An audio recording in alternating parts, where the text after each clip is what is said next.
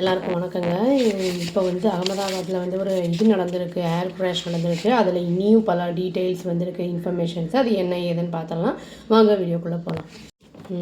அதாவது வந்து இந்த பிளேனோட பேர் வந்து போயிங் 787 அப்படின்னு ட்ரீம் லைனர்னு சொல்லிட்டு, இது வந்து டாட்டா இந்தியானால டாட்டாவோட அந்த இது வந்து குரூப் வந்து இதை வந்து ஆப்ரேட் பண்ணுறாங்க, ஏர் இந்தியாவோடத.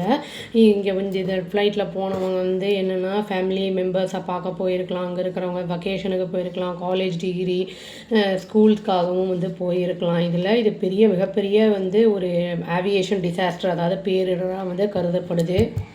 இதில் வந்து 230 பேசஞ்சர்ஸ் இருந்திருக்காங்க, 10 க்ரூ மெம்பர்ஸ் இருந்திருக்காங்க, 2 பைலட்ஸ் இருந்திருக்காங்க. இது வந்து லண்டனில் வந்து கேட்விக் ஏர்போர்ட் அப்படிங்கிற இடத்துல வந்து லேண்ட் ஆக வேண்டிய வந்து பிளேன் இது. இதில் ட்ராவல் பண்ணவங்க எல்லாருமே இந்தியன்ஸ் கிடையாது. அதாவது 53 பேர் வந்து பிரிட்டன்னு, அப்புறம் வந்து ஒருத்தர் வந்து கனடியன், இன்னொருத்தர் 7 பேர் வந்து போர்ச்சுகீஸ், மீதி வந்து 169 பேர் இந்தியன்ஸ் வந்து ட்ராவல் பண்ணியிருக்காங்க. இதில் வந்து என்ன இருக்குன்னா மத்தியானம் 1:35க்கு இதை வந்து எடுத்திருக்காங்க ஃப்ளைட்டை. அதை வந்து 625 வந்து ஃபீட்டுக்கு பறந்துருக்கு. அது பறக்கும் போதே வந்து என்ன இருக்குன்னா கொஞ்ச நேரத்துலேயே அது சரிஞ்சிருக்கு. அதை வண்டி பிளேனை போதே பைலட்டுக்கு தெரிஞ்சிருக்கு ஏதோ ப்ராப்ளம் இருக்குது அதில்ன்னு. அது வந்து தெரிஞ்ச உடனேயே அவர் என்ன பண்ணியிருக்காருன்னா ஏர் டிராஃபிக் கண்ட்ரோல் ரூமுக்கு வந்து அவரை வந்து காண்டாக்ட் பண்ணி வந்து அதை மேடே கால் அப்படின்னு வந்து பண்ணியிருக்காரு. இதாவது எமர்ஜென்சி ரொம்ப ஆபத்தான நிலைமையில் இருக்கோன்னா இந்த மேடே கால் பண்ணுவாங்க. அவங்களும் வந்து ஏர் டிராஃபிக் கண்ட்ரோல் இதில் இருக்கிறவங்க வந்து திரும்பி வந்து அவங்கள கம்யூனிகேட் பண்ணணும்னு பார்த்துருக்காங்க ஏர்க்ராஃப்டில் இருக்கிற பைலட்ஸாக. பட் வந்து அங்கே சிக்னலும் கிடைக்கல, ரெஸ்பான்ஸும் இல்லாமல் போயிடுச்சு.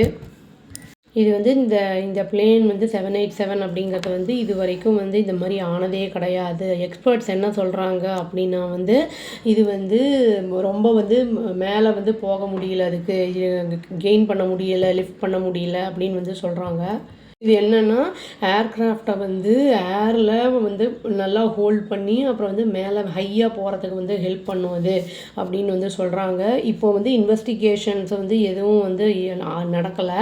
இப்போ பிளாக் பாக்ஸ் எடுத்தால் தெரியும், ஏன்னா அவங்க வந்து ரெக்கார்ட் ஆகிருக்கும். அதில் அங்கே வந்து என்ன பேசியிருக்காங்க என்ன ஏதுங்கிறதெல்லாம் இனிமே தான் தெரிய வரும். இதில் ஒரே ஒருத்தர் மட்டும்தான் வந்து உயிர் பொழைச்சிருக்காரு. இது ஒரு சில இன்ஜுரிஸ் இருந்திருக்கு. அவரை ஹாஸ்பிட்டலில் கூட்டிகிட்டு போய் அவருக்கும் ட்ரீட்மெண்ட் நடந்துகிட்ருக்கு. இன்னும் சில எக்ஸ்பர்ட்ஸ் எல்லாம் என்ன சொல்கிறாங்க அப்படின்னா அவங்க ஒப்பீனியனாக சொல்கிறாங்க. அதாவது என்ஜின் வந்து ஃபெயில்யூர் ஆகிருக்கலாம், இல்லாட்டி பேர்ட்ஸ் வந்து ஹிட் பண்ணியிருக்கலாம், இல்லைனா தவறான டேக் ஆஃபாக இருக்கலாம் அப்படின்னு வந்து நம்ம வந்து இதில் எதுன்னு சொல்ல முடியாது அப்படின்னு சொல்கிறாங்க. பட் ஆனால் வந்து இந்த 787 அப்படிங்கிறது ரிலையபிள் ஏர்க்ராஃப்ட் அப்படிங்கிறது வந்து சொல்கிறாங்க. இது வந்து டிசம்பர் 2013 வந்து மேட் பண்ணிவிட்டு டெலிவரி ஏர் இண்டியாவுக்கு எப்போ டெலிவரி கொடுத்துருக்காங்கன்னா ஜனவரி 2014. இது வந்து 10 இயர்ஸ் ஓல்டு தான் ஆகுது இந்த பிளேனுக்கு. இந்த ஏர்க்ராஃப்ட் அதாவது குறைஞ்சது ஆவரேஜாக வந்து சர்வீஸ் பண்ணுறது வந்து 30 இயர்ஸ் வரைக்கும் வந்து ஏர்க்ராஃப்ட் வந்து சர்வீஸ் பண்ணலாம் அப்படிங்கிறதையும் சொல்கிறாங்க. இது வந்து ரெசிடென்ஷியல் ஏரியா. அப்புறம் வந்து ஜிஜே மெடிக்கல் காலேஜ் வந்து இருக்கிற இடத்துல ஹாஸ்டலில் போய் அப்படியே உள்ளே சொருகி இருக்குது. அங்கே வந்து டின்னர்லாம் சாப்பிட்டுட்டு இருந்திருக்காங்க. சாப்பாடு லன்ச் டைமில் வந்து சாப்பிடும்போது அதை உள்ளே வந்து அங்கே வந்து போய் இதாக கிராஷ் ஆகிருக்கு. இவங்க வந்து பைலட்டோட பேரும் வந்து வெளியிட்டிருக்காங்க. ஒருத்தர் வந்து யாருன்னா சுமித் சதர்வால் அப்படின்னு சொல்லிட்டு அவர் வந்து கேப்டன். கோ பைலட் பேர் வந்து கிளீவ் குந்தர் அப்படின்னு சொல்லிட்டு. இவங்க 2 பேருமே வந்து எக்ஸ்பீரியன்ஸ்டு பர்சன்ஸ் தான். அதை கேப்டன் வந்து 8200 ஹவர்ஸ்க்கு வந்து ஃப்ளையிங் எக்ஸ்பீரியன்ஸ் அவருக்கு இருக்குது. கோ பைலட்டுக்கு வந்து 1100 ஹவர்ஸுக்கு வந்து ஃப்ளையிங் எக்ஸ்பீரியன்ஸ் அவருக்கும் இருக்குது.